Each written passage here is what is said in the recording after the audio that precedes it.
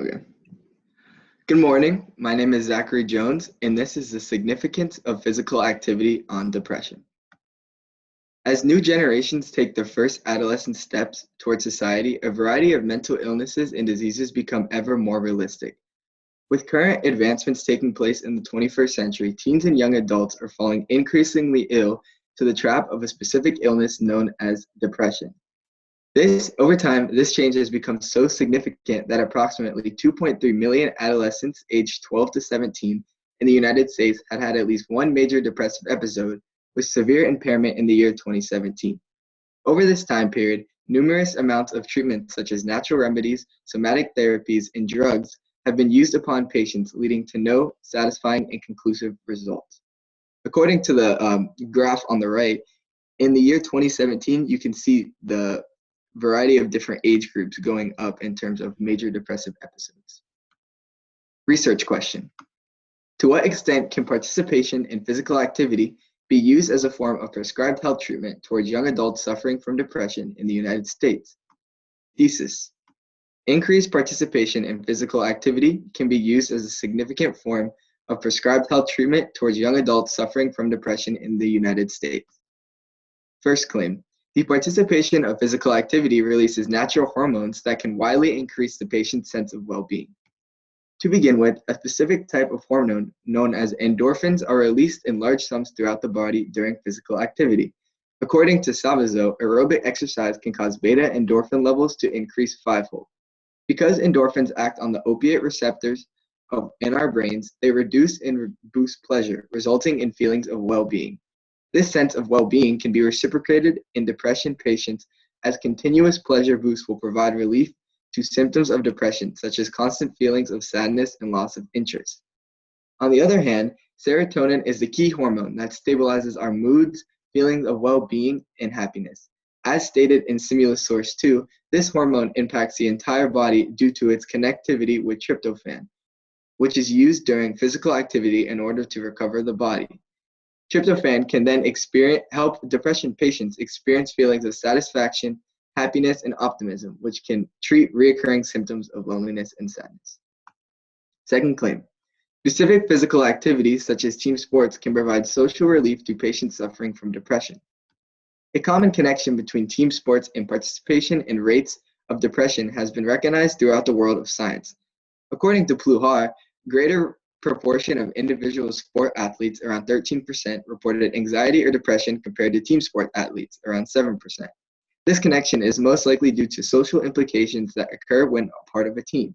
With the introduction of physical activity as team sports, patients can begin to create friendships and bonds that may lead to increased openness towards discussing their problems and therefore providing relief to their symptoms. A patient who is suffering from depression may find relief in the systems of reliances as problems become less severe when a bond can lessen the burden. And according to the graph on the right, popular sports, which is at the top, increases reduction in mental health burden to 20%, which is the most out of all of them. Third claim, the inclusion of a variety of physical activities can provide better self-controlled decision-making from patients. Bad decision-making can be one of the main symptoms of depression, as sometimes it can go as far as suicide. The role of neurotrophic molecules can be highly beneficial across the board, with most working in order to stimulate a reaction in the brain, some working in order to regulate learning and memories, and others to limit the overall aging of the brain. Escalated amounts of physical activity may increase the amount of neurotrophic molecules in the brain, leading to better cognitive health and therefore better decision-making. With prescribed treatment of physical activity, the quality of ethical decisions made on a day-to-day basis can increase drastically as the brain slowly returns to its state before mental illness. And according to the graph on the right, when exercise is introduced to the control variable of these 4 different task types in the brain, it increases gradually. Counterclaim. Other researchers argue that doctors who prescribe physical activity to those with depression may not be able to identify the right amount, causing an individual to exercise too much, leading to detrimental health effects. This is shown on the graph to the right, where the danger zone happens when the workload ratio is higher than the pleasure ratio. Fourth claim rebuttal. The capability that physical activity has to treat patients in depression in the future greatly outweigh the small percentage of people who may experience side effects. Looking towards the depression patients far into the future, continuous completion of physical activity may even lower rates of mortality. The reason behind this is the factors of premature death, which include poor diet, high blood pressure, obesity, and tobacco.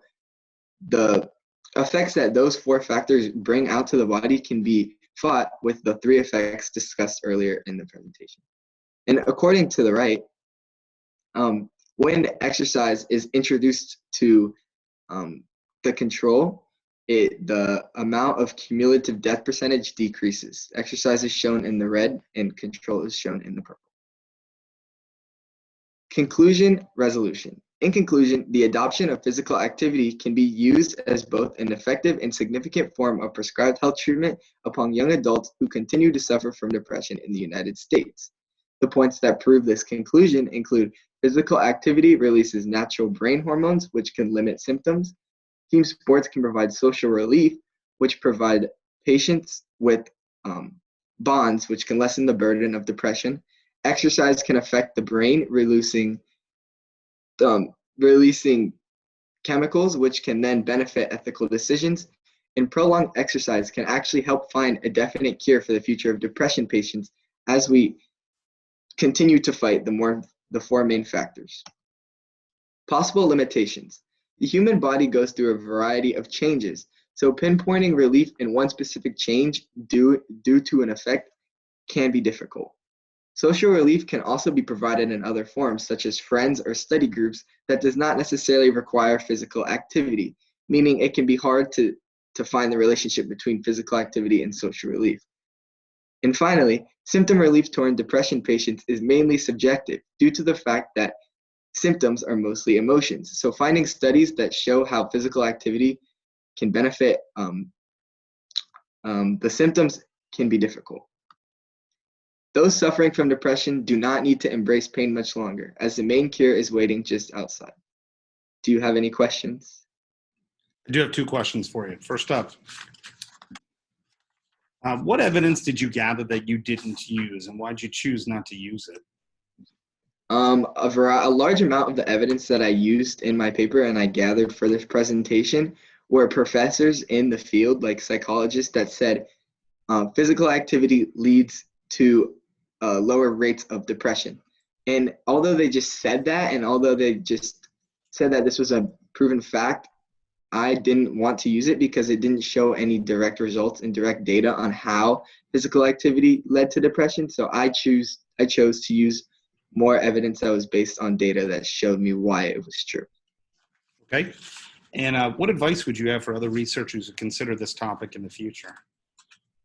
Some advice I have to other researchers in this topic is to make sure you are using credible sources, because like I said earlier, the symptoms of depression are mostly emotional, which can vary from patient to patient, meaning that some of the sources that you look in order to prove your point can be subjective. So you just have to be careful